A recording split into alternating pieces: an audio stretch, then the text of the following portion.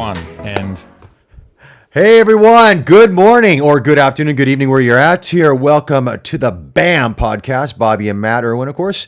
Matt, how are you today? I'm absolutely fantastic. I started getting the kids to school, and then I did a little bit of a workout, and then I've been shooting some B-roll, and then now I'm here with you, Bobby. How good does life get? It just doesn't get better than that. I am fantastic. There we go. Got a workout in, Matt. Nice. I'm liking to hear that. Were you at the gym or at the car on the treadmill or what? Treadmill and a little bit of weight work. But people aren't here to find out how you and Matt Irwin gaining some guns. Bobby, I think if we did this, I think you would win, by a factor of 7. I don't know about that, man. It must be because you've got the Komodo X in your hand with these Nikon lenses that you're like, okay, I have got to work out now more to wield this weapon of choice. Look, there's no question that to be honest, the Z9 and a lens versus the Komodo and how it is, they're actually not that different weight-wise. Yeah. It might, like, I reckon the camera on its own is around 1 kilo, and then you add a couple of bits and you might get to 1.3 or 1.4. Like, the whole idea of this style of camera is you rig it. And rather than talk about it, I will hold it up because that's even, more interesting. Because Matt's got it with him. Dived straight into it. Didn't we, Bobby? So here is the Komodo X, which I've been talking about on my channel a little bit. And what I've got on the front there is, of course, because it's, native Z mount. How exciting is that? I don't know if you can see that, but that is the 14 to 24 gorgeous lens, 2.8. And like this doesn't, I would say right now it doesn't have a battery on it, but you can put very small batteries on there. It wouldn't be any heavier than the Z9 rigged in a similar sort of way. So there you go. Look at that. Global action. Well, I got my global action here too. I got the A9 III with me right here as well. But holy cow, you and me. There we go. We are a bit global, aren't we? We're going global today, baby. Global today. Guys, if you're just joining the channel here, once again, this is my name is Bobby Tonelli, Matt Irwin, of course. And if you like this podcast, we do this every week on a Friday. We start about 9 p.m. Eastern Standard Time for the American folks out there, 6 p.m. Pacific Coast Time. And for us, I'm in Singapore. It is now 9 a.m. my time on the Friday, the 28th. And Matt, it is 12 p.m. your time. So we are global. That's right. We are a global group. We are a global concern. That's absolutely true. And today, Bobby, we've got a few interesting things to talk about. And first on our list was the fact that the sibling of this camera here. So this is and I'm going to put it down because it's hard sort of holding it in frame and having my head in frame. But the sibling of this camera, which is called the Komodo, let me come back to that mic. Sorry. There you go. Matt's taking a break here. Sorry, Bobby. I don't want to drop this camera, and this tripod suddenly decided to, not comply. Bobby, do you want to talk about the Komodo 6K for a second? Let's talk about that for a second here. Because we've got now the Komodo 6K, and this is an amazing deal going on right now because the original Komodo, not the Z mount, of course, the original Komodo is now going for $2,995 USD, which is unbelievable for the price point and what you're getting in a 6K global shutter sensor. Now, this is not the new Komodo X. Again, this is the original Komodo. So the cards are going to be different. The batteries are going to be different. I think the processing may be a little bit different, of course. But you are getting a pretty spectacular deal on this. And I think, Matt, you did a video on this the other day. Yesterday, as a matter of fact, just raving about this. I was watching your video. I was like, I've never seen Matt so excited. Well, the crazy thing is 3 days ago, I kind of went to myself, hold it a second, this sensor is very similar to APS-C. So Super 35 is almost the same as APS-C.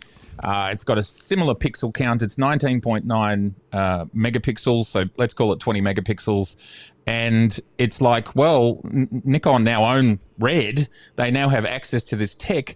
Could they maybe put this sensor or a variant of this sensor into one of their cameras? And so I made that video and it came out on Wednesday, and then literally, Bobby, 24 hours, the price, and I was saying, look, at $5,999, which is what the camera I have here is, it's got this global shutter. Isn't that amazing? Maybe they could work out how to get the price down and get this tech into, some sort of camera, some sort of mirrorless hybrid. And then 24 hours later, they dropped the price of the sibling of this camera. So it is the first version. But the thing about the first version is it's still a global sensor. It's still 6K. It's got 16 stops of dynamic range versus 16 and a half. And basically, from what I've read, it's the same sensor, just slightly tweaked. And so here we are. To the best of my understanding, this is the cheapest global shutter camera on the market that shoots 6K, basically 20 megapixels.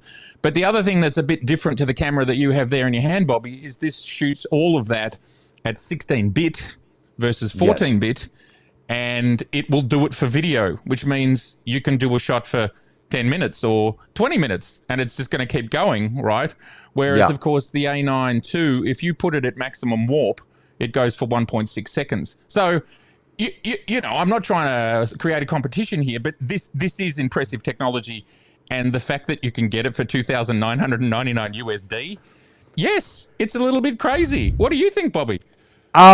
It's a very interesting approach that I guess we can say Nikon is taking now. Nikon RED is yes, there's a lot of technology in this, which makes it very spectacular. But at the same time, it looks like they're going after the Blackmagic market, and they're really going after that pocket cinema camera for this price point, and they're coming at it with a global shutter. Now, I think it's Ecamm also makes a global shutter 6K. I think it's maybe the same sensor. Theirs is still 6K around 5995 USD thereabouts, but no, we've never seen it at this price for a 6K global shutter. So, yeah, this is I think Nikon's way of saying, okay, Blackmagic, we see what you're doing. We're going to enter the room with our older Komodo, and let's get some market share. But I would say, though, when you start adding up the accessories, because RED accessories are not that cheap, especially when we didn't get into the handles, the monitors, the cards, etc. This $2,995 price point goes up really quick to $6,000-7,000 in a heartbeat. So it is.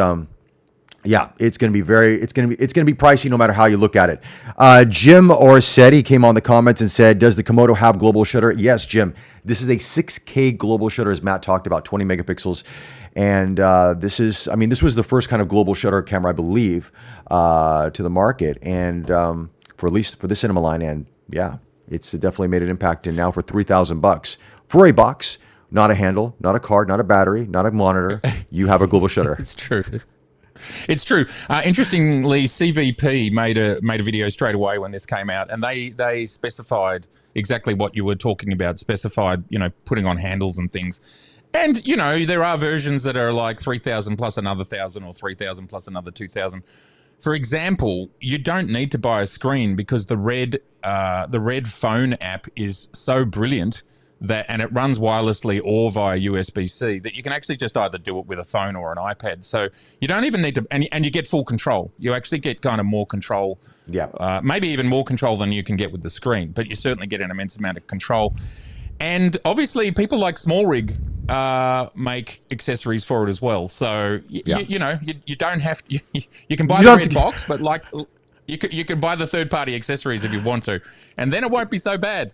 Of course, you've got to buy lenses and all that sort of stuff, but that's no different to any other camera. I just want to say welcome to everybody. Thank you so much, everybody, for being here. Rad, Jay, Moz, Jim, Hassan, Vic. Thank you so much for being here, and anyone else that's with us. I know that there's 25 people watching right now. Please say hi and let us know where you're from. Give us a like, and if you're not subscribed to Bobby's channel or my channel, make sure you do that as well. Thank you so much. And any questions, do a QQQ and pop that below. So tell us about you've obviously got the Sony A9 experience, the Sony A9 III global experience. Talk to us about what you've been finding out about that other beast in the market. Well, I mean, I had it for a bit last year, and so it's almost a year this camera's been out, right? Or a little bit over a year. And I mean, I love the camera back then. Obviously, you have ISO limitations. It's not going to be as low ISO as I should say, as let's say some other cameras that aren't global shutter. That's one of the downsides of global shutter, of course. Dynamic range, for some people it takes a hit, but to be honest with you, I think we talked about this offline, is that it's really about exposure, right? If you expose your setting or your scene correctly, you don't need so much dynamic range. I mean, that's why in Hollywood productions, they take hours to light a set. So you don't have to be pulling and, pushing and pulling so much to grab the details that you need. So in daily photography though, because obviously this is a photographer's camera first and foremost, it does fantastic video, but as a photographer's camera, it's awesome. I mean, you're not wanting for anything. You have the best arguably the best autofocusing in any camera system out there, the fastest camera out of any camera out there. It's really a joy to use, man. I mean, the EVF is phenomenal. It's 9.44 million dots. You've got that fully articulating display, which is gorgeous. The ergonomics from the A9 III and now the Alpha 1 II are the new ergonomics from Sony, so you're getting a much better feeling body. I mean, for me personally, I wish it was just more than 24 megapixels. I mean, I get it. This is sort of this is the beginning for, you know, the consumer of, or I guess photographers' global shutter is 24. I would have loved to seen it at 32 or 36. Kind of give you that sweet spot, a little bit more cropping power if you need to. I know it's not a lot, but it gives you a little bit more. But I got to tell you, this is I love using this camera, man. I mean, it's a tool camera. This is a workhorse camera. But when I went out testing some lenses and I was out to a baseball field, right? I mean, I'm grabbing everything from the ball right at the bat. I mean, it's bop, bop, bop, bop. I mean, you get every shot. You just have to choose, and you have to go through thousands of images. But you get that one shot. You know, it's there. It's the 4 days of looking for that one shot that bothers me. But and tell me, you were using the new Sigma 300 to 600. How did that go? On this camera, you're only going to get 15 frames per second thereabouts. But the autofocus is fantastic. There was one moment it did get the 120. One. And then I was like, oh, there it is. And then it kicked off. So obviously it's a software glitch, or there's something that Sony's put into the body that doesn't communicate with third-party lenses at this point in time. But yeah, this camera and that lens do shine together. But I would say, obviously, Sony's lenses are going to be the most optimal. Funny enough, though, speaking of these longer lenses, I was talking to one of our best birding photographers here in Singapore. He's phenomenal, right? And he talked about the new 400 to 800. And I said, and his name is James Gunn. He's fantastic. If you see his shots online, absolutely fantastic. And the Hollywood director? No, not James Gunn. Gunn, Gann. Yeah. Oh, Gunn. Yeah, Gunn. Yeah. Gotcha. Or GAN, I should say. And phenomenal photographer. And so I asked him, I said, what's this 400 to 800 like? He goes, you know what? I sold one of my primes to get this because this lens is so good at what I needed to do. It's fast, it's light. And he goes, yeah, it's f8, but he goes, we stopped down already because we need the bird all in focus or whatever we're capturing. So we're stopping down already. And he was just loving this lens. So yeah, something to know. Something I didn't realize about birding photography, which I learned about too, is that there's a stopping down aspect. We always think 2.8 or f4, but they're like, no, when the bird's coming in at you, you want the entire bird in focus. So you have to stop down to make sure not just the head, but the wings and everything is in focus. And I was like, oh, okay. Something I learned that I didn't know, testing these lenses out. Yeah, well, I'm guessing there's some people that shoot in low light that just simply have to lose depth of field and of course. But in daylight, there's a reason they buy these 2.8 and f4 lenses is for the more extreme conditions. And you get someone like me who decides to do birding, and I want everything to be short depth of field, even a bird. I'm going to get my short depth of field bird. We've got a question from Rad. Matt, can you compare the RED app versus the Nikon app?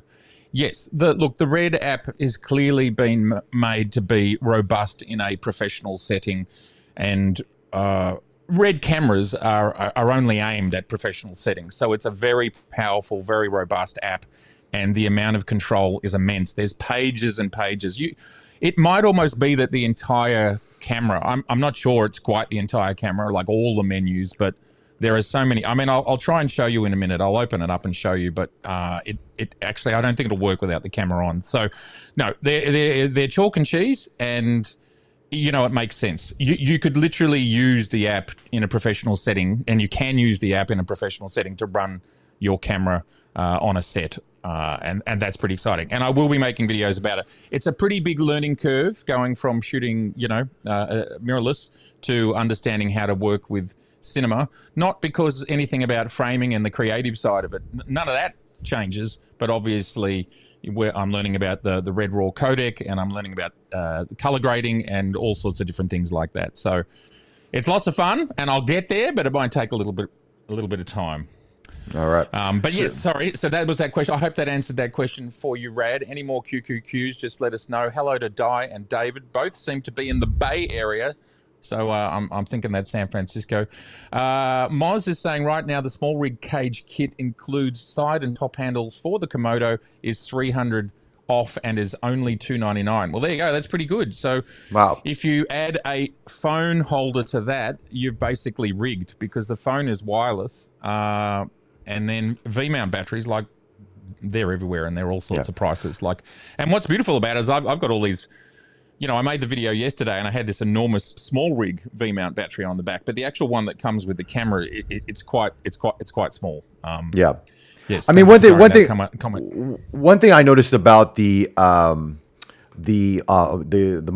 app, I should say, for the iPad or for the phone, it works sometimes, and sometimes for me it would freeze, or would it drop out, or would be a little bit. So I mean, obviously, I think if you're going to be on a set or moving around professionally, you probably want to have a dedicated monitor with a, what's it, SDI cable attached to it or something like that, because you want to have that kind of connection. But I think if you're just shooting yourself at home, you know what I mean, like kind of what we do here for YouTube, then I think the app will be okay. But from what I understand, having a dedicated monitor does make it much more of a seamless transition. Yeah. Yeah, well, I mean, look, I would say if you're on a Hollywood set and the budget is $50 million, you're probably going to spring for the screen. But you can, the thing about the app and on the phone is you can hardwire it with a USB-C cable. So okay, that's good. I haven't tested that yet, but and if that's the case, what I'm told is it's zero latency and obviously awesome. You're hardline connected. So awesome. Yeah, look, it's interesting.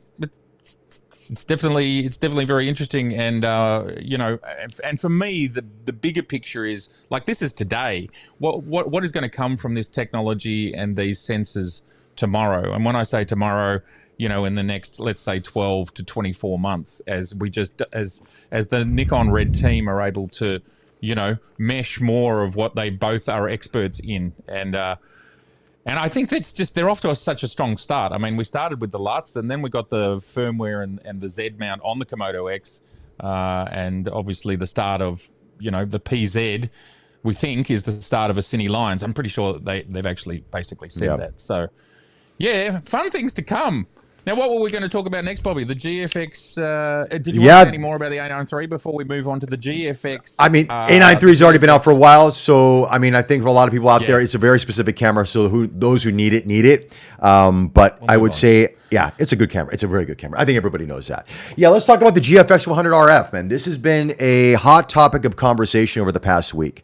And I got to tell you, it's someone who I had a hands-on time with it prior to the release. And my video is out. It's out online. If you guys haven't watched it, do check it out and hit that like button. Greatly appreciate the support. There's a lot of chatter on threads and online about this f4 lens. Matt, I can't hear you, buddy. Matt, you there? I'm not saying anything. Oh, okay. Anything. Okay. I was just like, I'm very quietly listening to you, Bobby. And I must have been so still that it looked like I'd frozen. You were mouthing something and nothing came out, so I was like, Matt, did I lose you for a second? Yeah, you're like, far out. I must have been day sleeping. But I was just licking my lips because it's lunchtime here, Bobby. I don't know. I'm sorry to confuse you. Sorry, everybody. Don't worry about it. It's after that.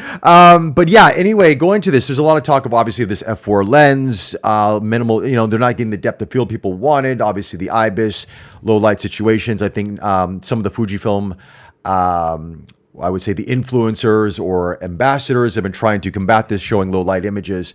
But the truth of the matter is, I think most of us here who have used cameras for, a period of time understand that 100 megapixels, no IBIS, f4, low light is going to be a challenge. And while you may see some images online that look fantastic, lo and behold, I can attest that I had the camera for about 2 weeks. And this one of the reasons why as much as I like it, I'm a little hesitant, is because I found it to be a bit of a struggle low light. You know what I mean? Because of that situation. You really got to be steady, or you need to be, you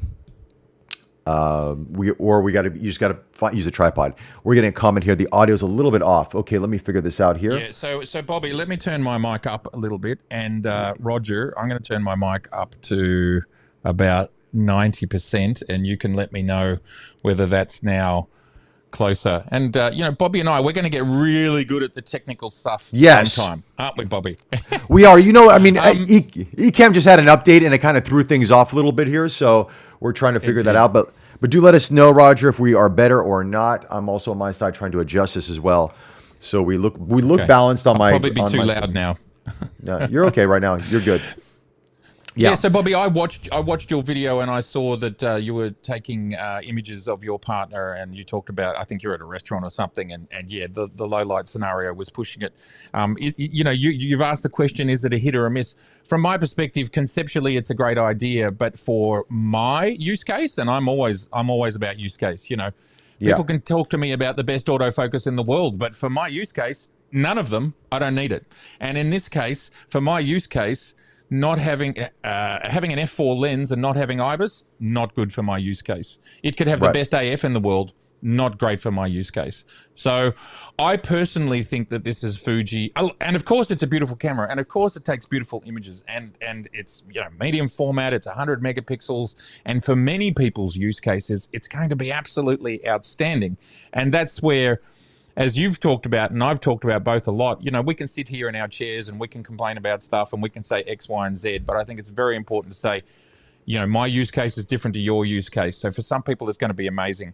I definitely think Fuji are leaving space for version 2 as well. Yeah, I do. I agree. If they gave us the one with all the bells and whistles at the start, then how would they be able to sell any more how would they be able to sell a new one in 4 years' time? Because imagine IBIS and a 2.8 28mm lens, and it'd be like, this is all I need for the rest of my life, Well, what's interesting too is because, what's interesting on that is that one of the reasons they said they wanted to go to f4 was to keep the lens small and compact, right? Now, I can't hear you, Matt. You out? Matt, you there? I'm still here, buddy. I'm still here. Okay, there must be some sort of delay on this. This Ecamm update, I think, is really throwing us off here today. But Bobby, can I just say, make sure you're looking at not the live feed, but at the Ecamm feed. I don't know if you're looking at the YouTube feed, but that's throwing me out because there's a 20-second difference between them. Gotcha. That might be why my lips are moving, because you're seeing me 20 seconds in the past, or I'm a ventriloquist dummy. I'm one or the other. One of the two. Okay. But no, what I was going to say is that one of the reasons they wanted to keep the lens small and compact for this camera system, right, at f4. And that was one of the compromises that they said. But here's the thing about this kit is you get this adapter ring to put the square hood on it. And they're showing this as the sort of the hero image of the camera. That adapter ring and a square hood make the lens much longer. So then my question would be, well, if you're going to make an adapter ring and you're not coming out with converters, at least there was no announcement of it, why not make the lens longer? Give us a 3.2 or 2.5 or 2.8 respectively, and just screw on the square hood on the front of the lens, like other lenses do. Why do we need an adapter to put a square hood on it? You know what I mean? So that question remains to be answered right now, and I don't think anyone's talked about it or not, but it does seem to be a bit odd that, all the hero images you're seeing have that square hood, and it makes it significantly longer. Yeah, well, it's interesting. Rad is just saying that Fuji said IBIS would have added 3mm of thickness. Far out.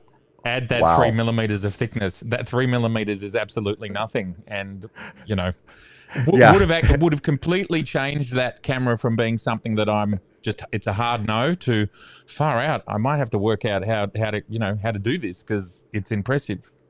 And I genuinely think that Fuji know that, and I genuinely think they're just playing the kind of commercial long game. That's the only way it looks to me.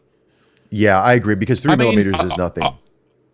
I don't know much about, Fuji has such a massive lineup of cameras. I don't know how many of them do and don't have IBIS today, but I'm pretty sure some of their older, smaller APS-C cameras did not have IBIS.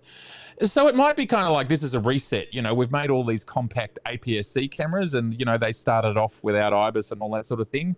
And now we're basically resetting and doing this all again. We're going to go on this whole 10-year journey, and we're going to do it with a medium format compact camera. And maybe that's the rationale. And I guarantee there's a roadmap that shows this camera advancing.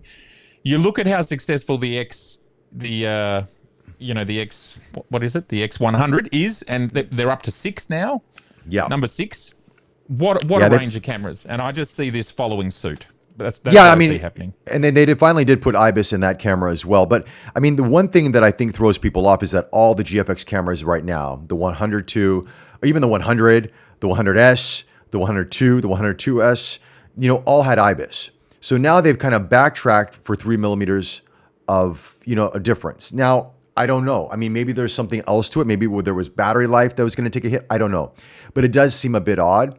But I mean, I'd love to hear from you guys in the comments as well. What do you guys think on this? Some of you I know have pre-ordered this camera. There's a lot of talk about it online, but it's one of those things where I go, when you use it in low light, I just really felt, because for me, I like to take a camera in a variety of different situations, especially this size and this kind of versatility. You want to take it out to a dinner. You want to take it to a museum. You want to take it into a lower situation, and not to say that you can't get the shots, but you really have to, really, practice your breathing, practice your positioning, practice all these things and hope for the best. Yeah. Great posture, Bobby. All of us now sit up straight and beautiful posture. And everybody, we've got to go to deportment school in order to use our brand new Fuji, which is absolutely magnificent. Well, look, it'll be interesting to see how it goes. I don't know how sales have gone, and it might be something that we see, from Map Photo in Japan, where it's coming in at number 3, just like the X100. Whenever it comes out, it hits number 1 for a month or two, and then off we go. So it'll be interesting to see what happens there. Now, Bobby, talk to me about the amazing changes that might be happening in the Leica M world, the rumors and the ruminations that are going on. Moving hands, magic hands, David Copperfield, go. I know, it's interesting because it was funny enough how this leak just came out, like after the GFX100RF, 2 days later, Leica rumor comes out, boom. We've now got talk about the, let me pop this on here on Ecamm so you guys can see it. We've got the they're calling it the M11-V. Now, we don't know if this is the actual name or not. It could be called MV. We don't know, right? But the fact that it came out like 2 days after, or this rumor, I mean, there's always been buzz about an EVF-M for quite some time, but nobody knew if it was going to happen or if it was just a wish list from a lot of users out there. Some of the more traditionalists from the Leica community are against this because they feel it takes away from the rangefinder experience, but I think that it is a necessity, especially nowadays with the new generation of photographers coming in that are used to EVFs and not OVFs. But yeah, there's a lot of buzz about it, and they're saying that it could be announced as soon as a few weeks to maybe, let's say April 4, the fall of 2025, April 4th, May 3rd. They don't know exactly. So obviously, Leica's doing a lot of centennial celebrations around the world. So it could happen at any of those celebrations, or it could just be on its own thing, because this is Leica's 100th anniversary this year. That's huge. That's huge. And from because this is all about photography, obviously, for those that don't know much about the M series cameras, for the last, what is it, the 50s, the first one came out? Whenever it came out, these have always been rangefinder cameras. So what that means is you're looking through another separate imaging unit that approximates what your field of view is, and what the lens sees and what you see through the actual rangefinder lens, that it's not the same. It's slightly different, and it's an estimation. Now we live in this different era where an M series camera is now up to 60 megapixels. You can still put your beautiful 90mm lens on the front of it, but I know people who have these cameras and they're hard to focus, especially if you want to use those beautiful short apertures, and thus an EVF, Bobby. How does that change the game? Because you're actually a Leica person. So how is this this is a game changer? It would be an amazing 100-year game changer, wouldn't it? It would be, actually. Well, I mean, look, they've had this external EVF attachment called the VisoFlex for a number of years. Yes. And just for a mere 1,500 Australian dollars, which means it's about $1,000 USD. Yeah, and that's on the top. And it's in the hot shoe, so if you want to put the thumb grip or if you want to have a flash, you can't have an EVF. So, yeah, all right, keep going. Yeah, no, but I mean, you can tilt it up and down, so you have some versatility with it. It's one of these things for a lot of people. They do like to use it, especially at a faster aperture lens. You've got a celebration behind you. Look at that. You had a bit of a fireworks, Matt. That was kind of cool. Oh, that's because I did this. Yeah, well look at that. Wow, Ecamm's got. Yeah, I don't know. But we'll find out. Yeah, I just I saw that. I was like, wow, okay, we're sorry, going Bobby. Totally. That's okay. That's okay.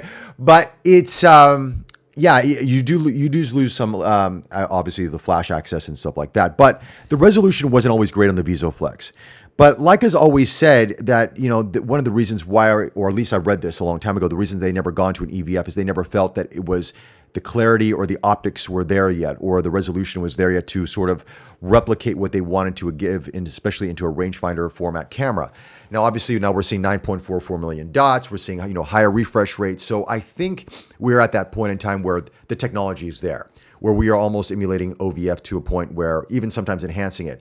And one of the key things that I thought, now this is all speculation, we don't know if this is true or not, is that all these new M lenses coming out, or the revised versions of the 51.4, and then obviously the 35 f2 oppo and other lenses are now going close focusing, 0.3 meters, 0.35 meters, 0.45 meters respectively. And on a rangefinder system, 0.7 is your max unless you go into live view, which means you now engage the rear display to focus in on the subject beyond the 0.7. You see what I'm saying? So I always thought to myself, I don't think Leica would redesign a lens for live view. That's not the Leica experience, right? The Leica experience is holding the camera to your eye, looking out around the world as you've got the viewfinder to your eye, and you're capturing as you're seeing.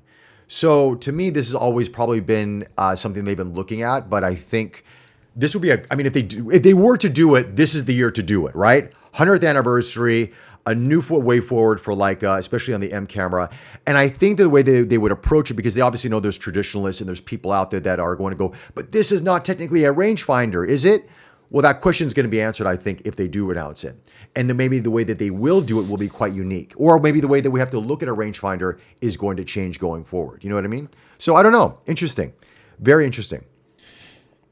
Yeah, I mean, how I also see it with a little bit of a commercial eye as well, that the M11, we currently have, I don't know, what is it, 3 or 4 different iterations of the M11.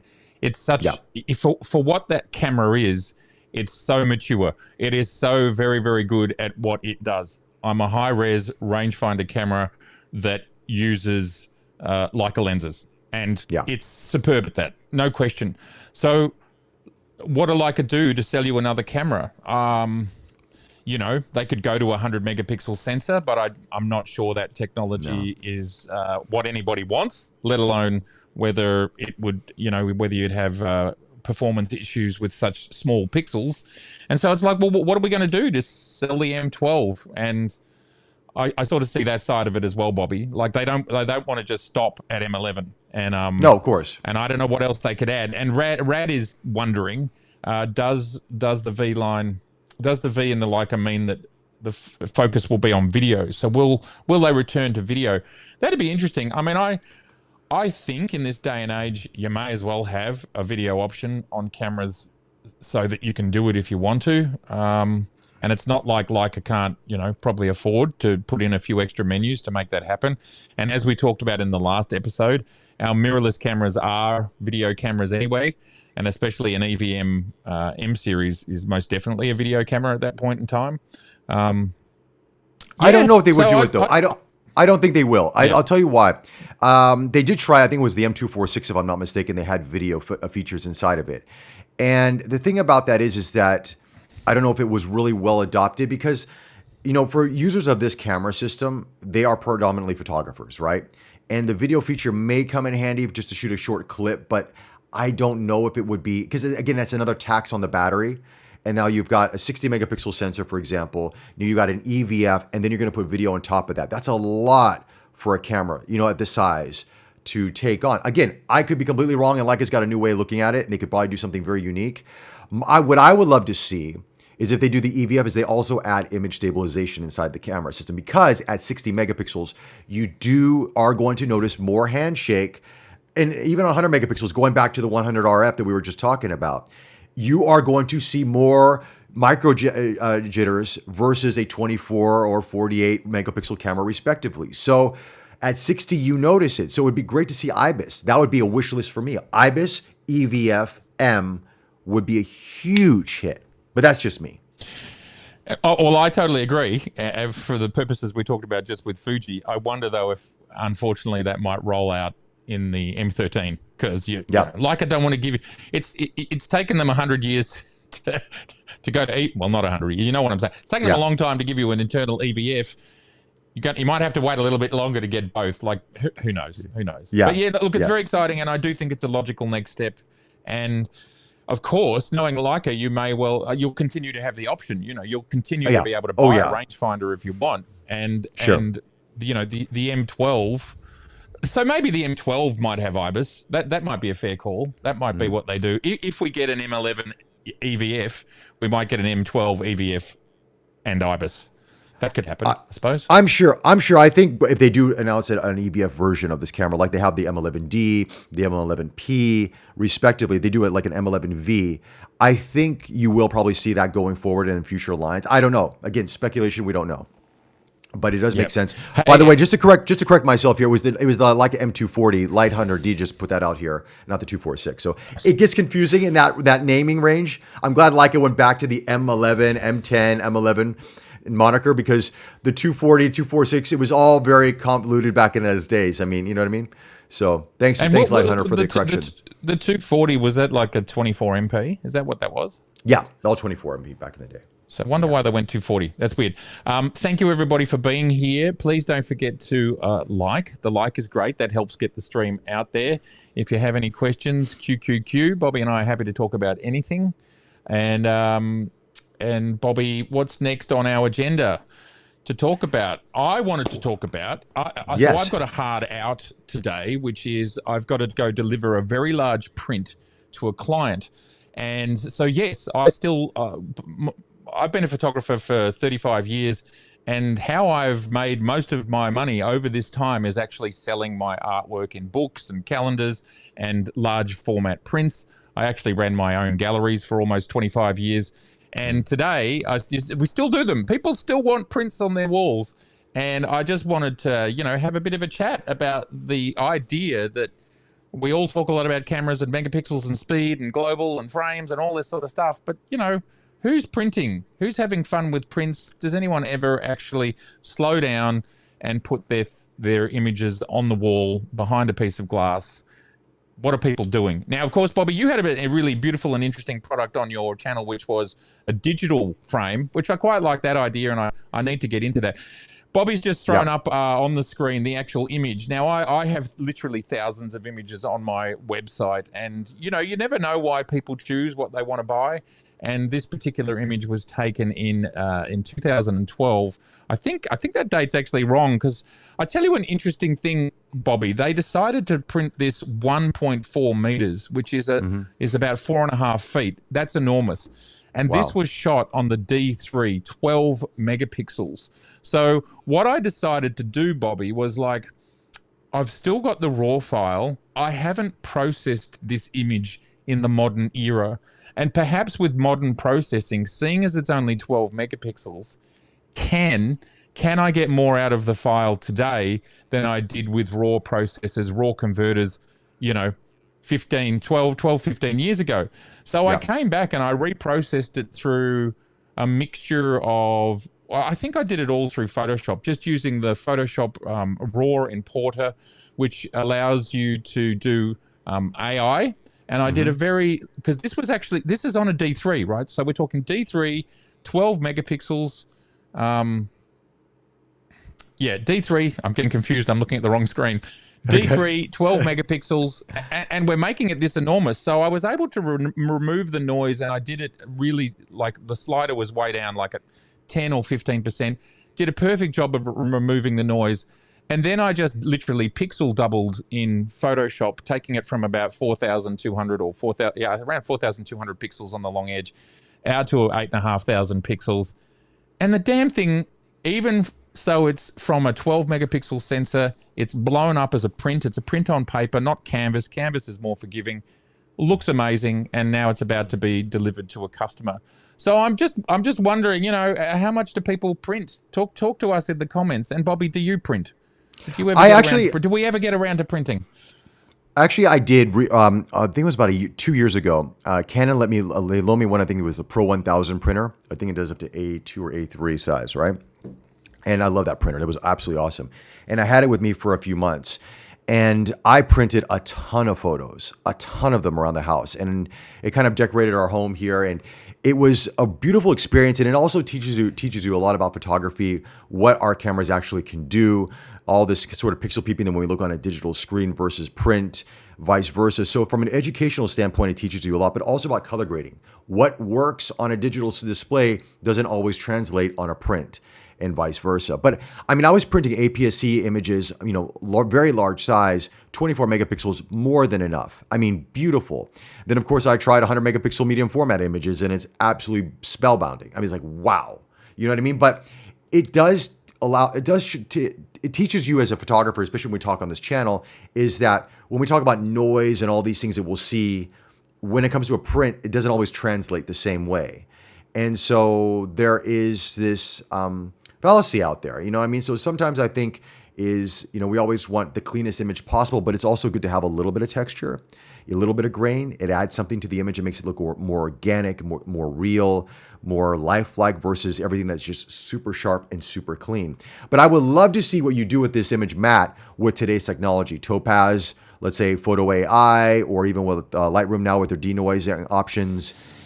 How much you can improve, like if you would want to improve this image already, if you would want to improve it for, let's say, you know what I mean? How would it look? Be quite amazing, it's really interesting having access to the raw file, because some people choose to shoot JPEG and some people choose to shoot RAW. And I just kind of had this epiphany, because RAW converters, I used to use different software. I used to use Apple. Apple used to make some software called Aperture, which maybe some people remember, some people don't. Absolutely fantastic software. I can still run it on some of my Macs today, and it's still the fastest software of all of them on the market. And this is how good Apple are at optimizing their software and their hardware. But anyway, that's another story. And I'm like, can I get this raw file and do something better with it? And it's a really good lesson and story around, if you choose to shoot JPEG, it's done, it's baked. You can't really do much with it. If you choose to shoot RAW, this image may well have a superior outcome, and in this case, it's in like 15 years later. And so just that process alone was really interesting. So I'll make a video about it. Why not? And when I go pick this image up from the framer, I'll get a bit of B-roll of it so we can all see the scale of it. Like, because it'll be this tall when I'm standing up. It's going to be huge. But you're so right. The one thing about looking at images on screens, right, is everything's backlit. So there's a light behind it pushing through, and it completely changes. And when you print an image, not only is it not backlit, but often the lighting that an image, the room that the image might be in, is highly variable. And so there's that component. So they're always going to be different.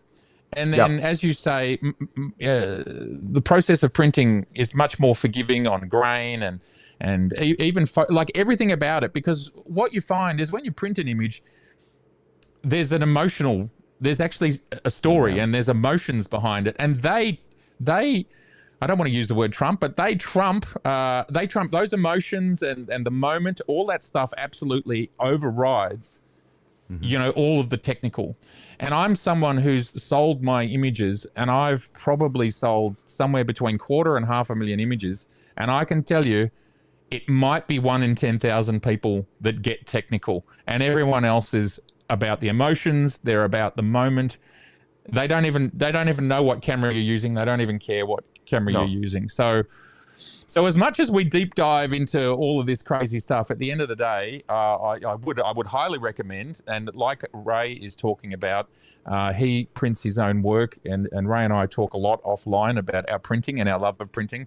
Might I just add, I need to have a chat with Epson, because my very expensive 60-inch printer suddenly stopped working and started spewing ink out of it recently.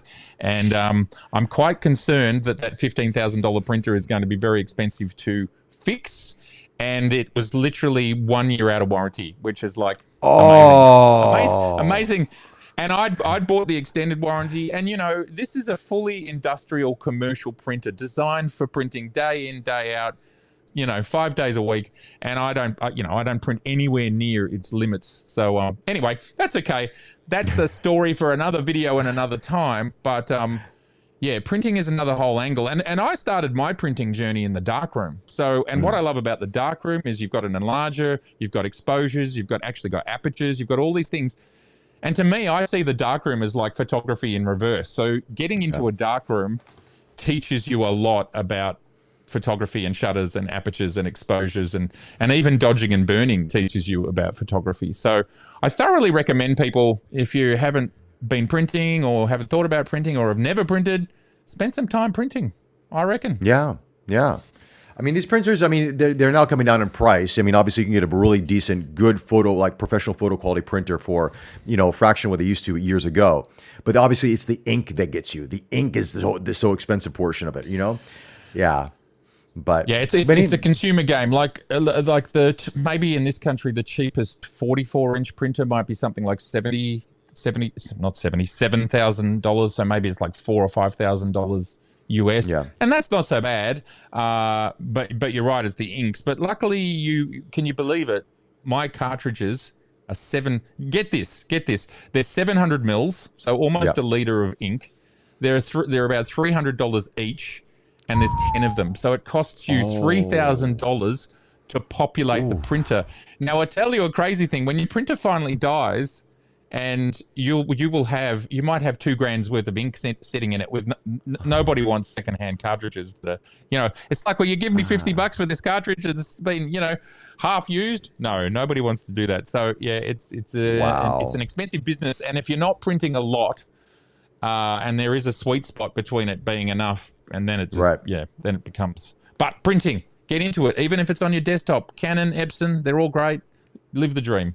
It's absolutely a beautiful thing. Now, people, we are coming down to the last 10 minutes because I have a hard out because I've got to go get this print and deliver it to a client. I've got to go 20 kilometers in one direction and then 20 kilometers in another direction in my van. I'm going to be the delivery man, Matt, today. So what do we want to talk about for the last 10 minutes? Let's have QQQs. Don't forget to like. I'm seeing on my feed here only one like. Is that correct, Bobby? No, we've got a few more likes than that. I think, well, let's just double check here. Let me pop on the... I think maybe my page hasn't updated here, but if we have only one like, outrageous. Completely outrageous. We need more than one. No, we got 21 likes. We got 21 likes. We're okay. We got 21. Oh, fantastic. Yeah. That's so good. We're doing great. Jim says, I would love to print, but man, it's a rabbit hole of cash that never ends. No printer has much of it. Yes.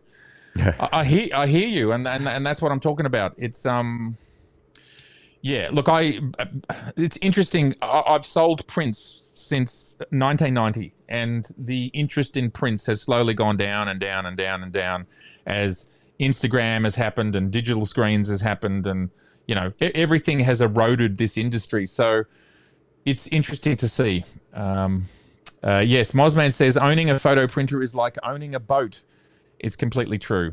And at the end of the day, I might just end up using a third-party printer, and that might be fine. And I'll have more to say about that, actually, because there are plans afoot. That's mysterious, isn't it, Bobby? Now, are there any... We have a QQQ.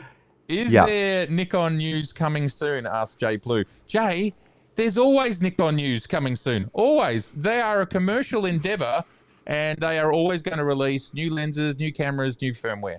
Aren't they, Bobby? Always. Just like Sony, just like Hasselblad, they're all got something in the pipeline. Otherwise, they're going to go out of business. So the answer to your question is yes, always. Always.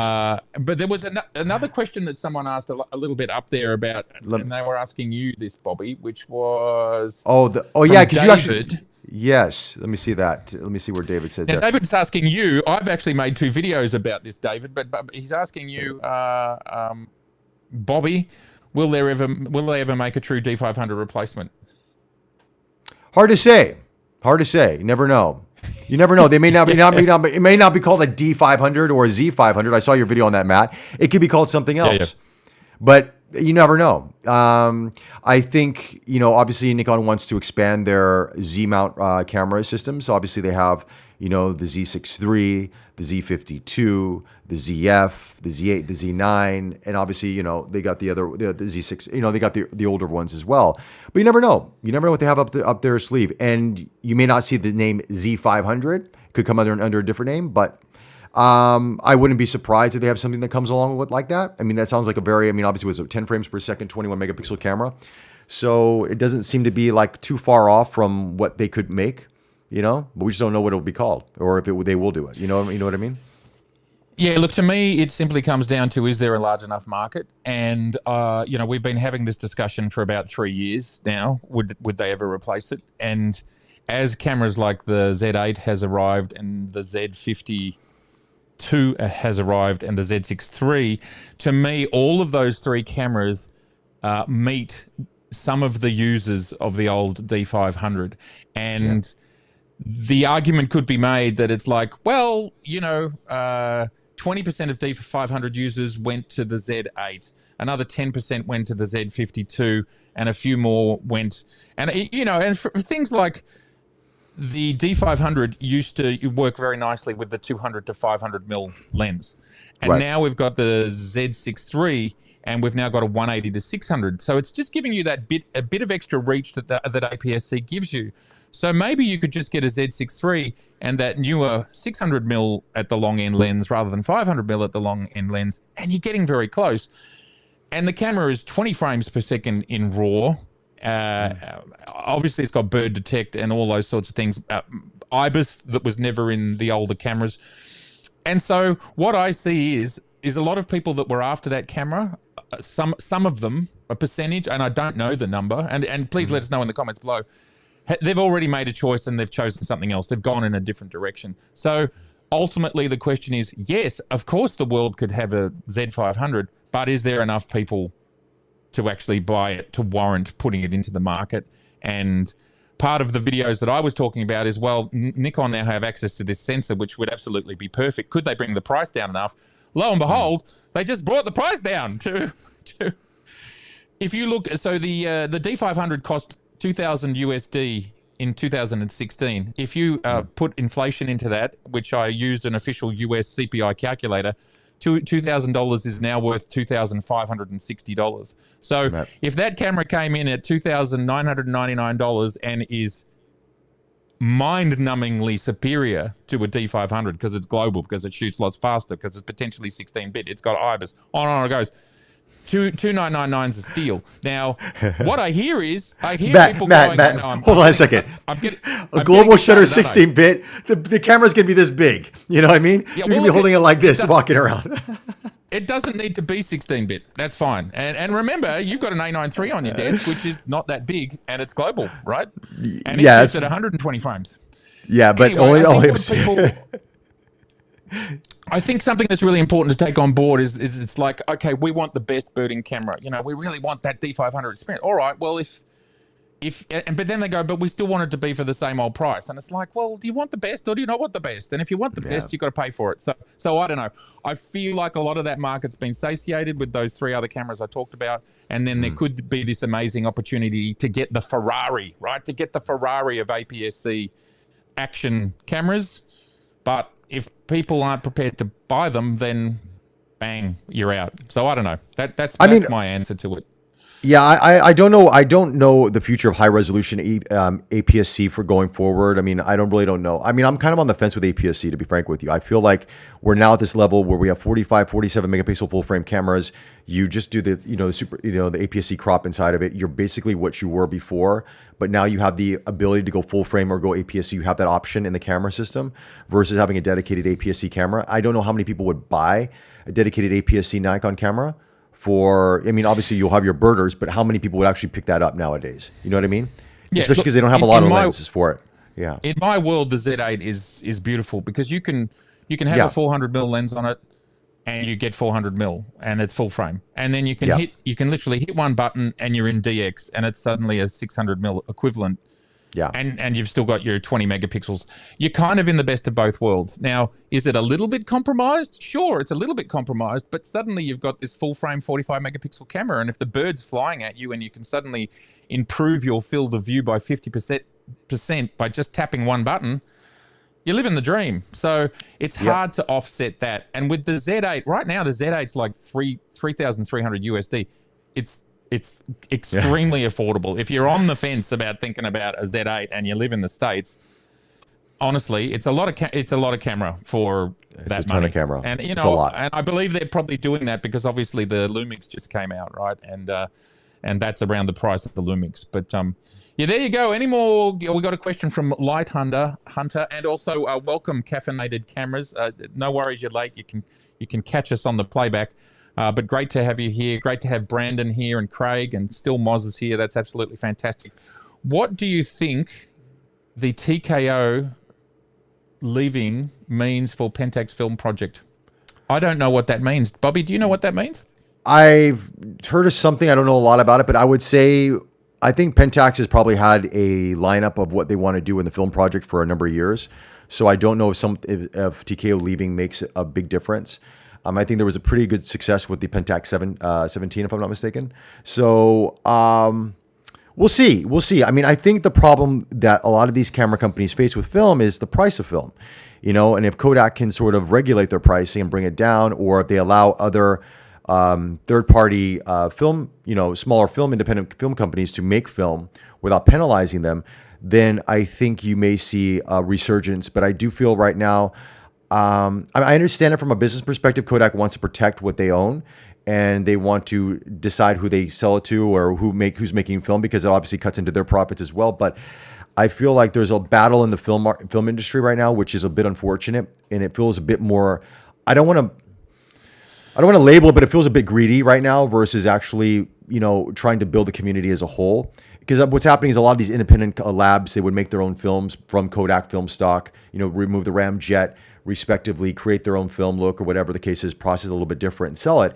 And it would come in at a less expensive price, let's say, than Portra 400, 800 gold, etc. But I love using Kodak, Portra 800 and 400, but the prices here in Singapore are crazy. And that's not even including developing nor scanning. So I don't know. And then Kodak is now limiting that. And I think it's only a few companies that will still be able to use those films. Like I think Cinestill may be one of them and a couple others. So it's unfortunate. You're going to see a reduction, but what I do think, and I think this may be a good thing for the industry, is that maybe China will come in and say, you know what, we'll make our own film and we'll make it cheap and we'll make it pretty much as good as what Kodak's doing. And we'll give it to you for, a fraction of the price. So I don't know. Hopefully they do that, because the film industry definitely needs a resurgence in terms of affordable film that looks good when you process it, good colors.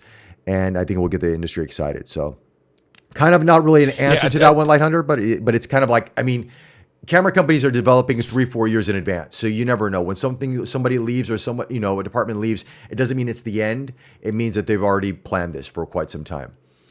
So TKO is the name of a specific designer. So by the look of it, I just did a little Google. So yeah. To go back to the question, do you think TKO means? Look, I'm sure Pentax, all of these companies, they still want to make products. They still want to make money. So I don't think it'll stop them from making film cameras, but they may be different. You never know. Yeah. He was asking, do they have a monopoly on film? Kodak, yes. Harman makes their own film as well. So we have that from the Ilford lineup, et cetera, et cetera. But Kodak is the predominant film distributor, I think, around the world for cinema and for photography. And people would use the Kodak cinema line, and then they would obviously, adapt it to make for their own needs. But from what I understand, they are the dominant ones. Yeah. Well, there you go, Bobby. Amazing. All right. It's time for you, Matt, to go get your... Yes. What do you say? Yes. Yes, I will go in a moment. Caffeinated Camera's asking you, did you get the KXZ? Did you get the Komodo XZ mount, Matt? The one in your hand, did you decide to buy it? Here we go. Yes, I did get it. But I didn't buy it. Right now, I'm just loaning it. And, with all the crazy stuff that's going on the moment, suddenly, imagine if I'd bought it 3 days ago, and you never know when there'll be another price drop. So I don't know. Not yet. I'm playing with it and I'm loving it, and I'll make more videos about it, and I can't wait to show you about it. But not yet. Okay. So I would like to say, Mr. Bobby, thank you so much for having me on your channel, and likewise, we will be back again at the same time. Everything going well, and neither of us getting any professional gigs next week on my channel. Please do make sure you hit the like button and the subscribe button. And Bobby, anything else you want to say before we head off into the sunset? Guys, thanks for joining us for another week of this, and we'll be back next week on Mass Channel. And yeah, just really appreciate the support. It really means a lot to both of us here. We're having some fun doing this. Obviously, some technical glitches along the way, but that's part and parcel with live streaming. But thank you guys, and we'll chat to you all very, very soon. And Matt, congratulations on the print, and send us some B-roll. Let's see what it looks like. Looking forward to it. I will. All right. All right. Thank you, everybody. It's been amazing to have you here, and I've got explosions again, and we will see you next week. And bye for now. Bye. Bye.